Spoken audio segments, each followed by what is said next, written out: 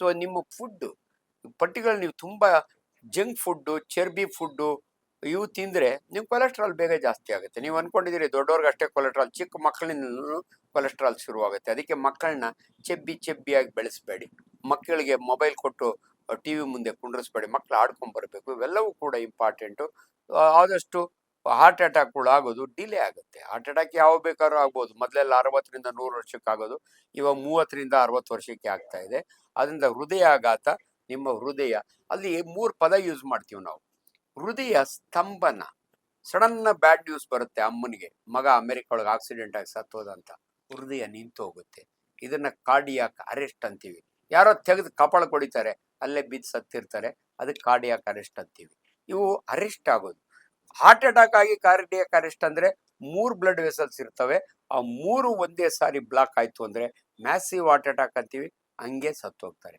ನೀರಿನೊಳಗೆ ಮುಳುಗ್ದಾಗೆ 5 ನಿಮಿಷ ಉಸಿರಾಡಲಿಲ್ಲ ಅಂದ್ರೆ ಹೃದಯ ನಿಂತು ಹೋಗುತ್ತೆ. ಇವು 108 ಕಾರಣಗಳು. ಇವೆಲ್ಲವನ್ನು ಕೂಡ ಗಮನದಲ್ಲಿಟ್ಕೊಂಡು ನಿಮ್ಮ ಹೃದಯವನ್ನು ಕಾಪಾಡಬೇಕು ಅಂದ್ರೆ ನೀವು ಕರೆಕ್ಟ್ ಟೈಮ್ ಊಟ ಮಾಡಿ, ನೀರು ಚೆನ್ನಾಗಿ ಕುಡೀರಿ. ಕಂಪಲ್ಸರಿ ಒಂದು ದಿನದಲ್ಲಿ 45 ನಿಮಿಷ walking, at least 5 days in a week. 7 ದಿನ ವಾಕ್ ಮಾಡ್ತೀನಿ ಅಂದರೆ ಇನ್ನೂ ಒಳ್ಳೆಯದು. ಮಾಡಿ ನಿಮ್ಮ ಹೃದಯವನ್ನು ಕಾಪಾಡ್ಕೊಳ್ಳಿ.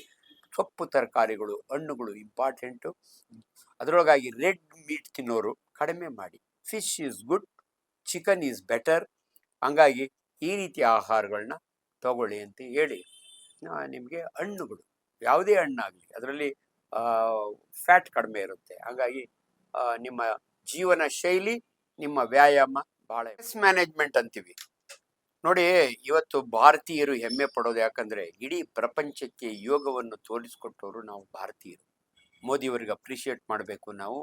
ವರ್ಲ್ಡ್ ಯೋಗ ಡೇನ ನಮ್ಮ ದೇಶದಿಂದಲೇ ಶುರುವಾಗಿದೆ. ನಮ್ಮ ಋಷಿಮುನಿಗಳು ನಮಗೆ ಸಾಕಷ್ಟು ಎಕ್ಸಾಂಪಲ್ಗಳು. 100 ವರ್ಷ, 150 ವರ್ಷ, 200 ವರ್ಷ ಬದುಕಿದಂಥ ಋಷಿಮುನಿಗಳು. ಸೊ ಏನಂದ್ರೆ ಯಾವಾಗಲೂ ಕೂಡ ಋಷಿಗಳ ಥರ ಮನುಷ್ಯ ನಾರ್ಮಲ್ ಆಗಿ ಬದುಕಲಿಕ್ಕೆ ಆಗಲ್ಲ. ಅವ್ರದ್ದೇ ಆದ ಲೈಫ್ ಸ್ಟೈಲ್ ಇದ್ದೇ ಇರುತ್ತೆ. ಸಾಫ್ಟ್ವೇರ್ ಇಂಜಿನಿಯರ್ ಇರ್ತಾನೆ, ನಾನು ಸರ್ಜನ್ ಇದ್ದೀನಿ. ನೋಡಿ ಎಷ್ಟು ಸುಲಭ ಅಂದರೆ, ನನ್ನ ಪ್ರೊಫೆಷನಲ್ಲಿ ಡಾಕ್ಟ್ರುಗಳು ಹಾರ್ಟ್ ಅಟ್ಯಾಕ್ ಆಗಿ ಸತ್ತು ಹೋಗ್ತಾರೆ. ನಮ್ಮಲ್ಲಿ ಪ್ಯಾಥಾಲಜಿ ಡಾಕ್ಟ್ರು, ಅವನು MD ಮಾಡಿರ್ತಾನೆ. ಅವನ ಕೆಲಸ ಬರೀ ಸ್ಲೈಡ್ ನೋಡೋದು, ಇದೇನು ಕ್ಯಾನ್ಸರ್ ಅಲ್ಲ ಅನ್ನೋದು, ರಿಪೋರ್ಟ್ ಕೊಡೋದು.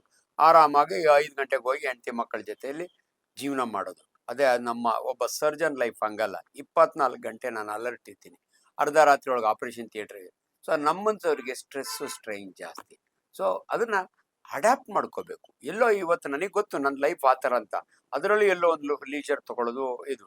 ಸೊ ಜನಗಳಿಗೂ ನಾವು ಅದೇ ಹೇಳೋದು, ಆದಷ್ಟು ಜೀವನದಲ್ಲಿ ವರಿ ಕರಿಬೇಡಿ.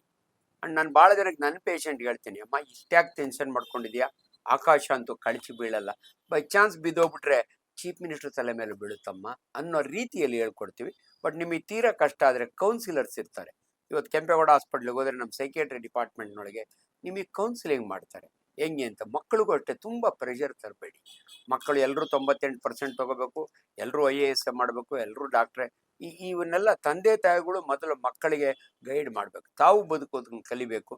ಸೊ ಮನುಷ್ಯ ನೆಮ್ಮದಿಯಾಗಿ ಬದುಕಬೇಕು ಅಂದರೆ ಆಹಾರ, ನೀರು, ಎಲ್ಲೋ ಒಂದು ಕಡೆ ಧ್ಯಾನ, ದೇವಸ್ಥಾನಕ್ಕೆ ಹೋಗೋದು, ಇವೆಲ್ಲವೂ ಕೂಡ ಹಿರಿಯರು ಅದನ್ನೆಲ್ಲ ಮಾಡೋರು.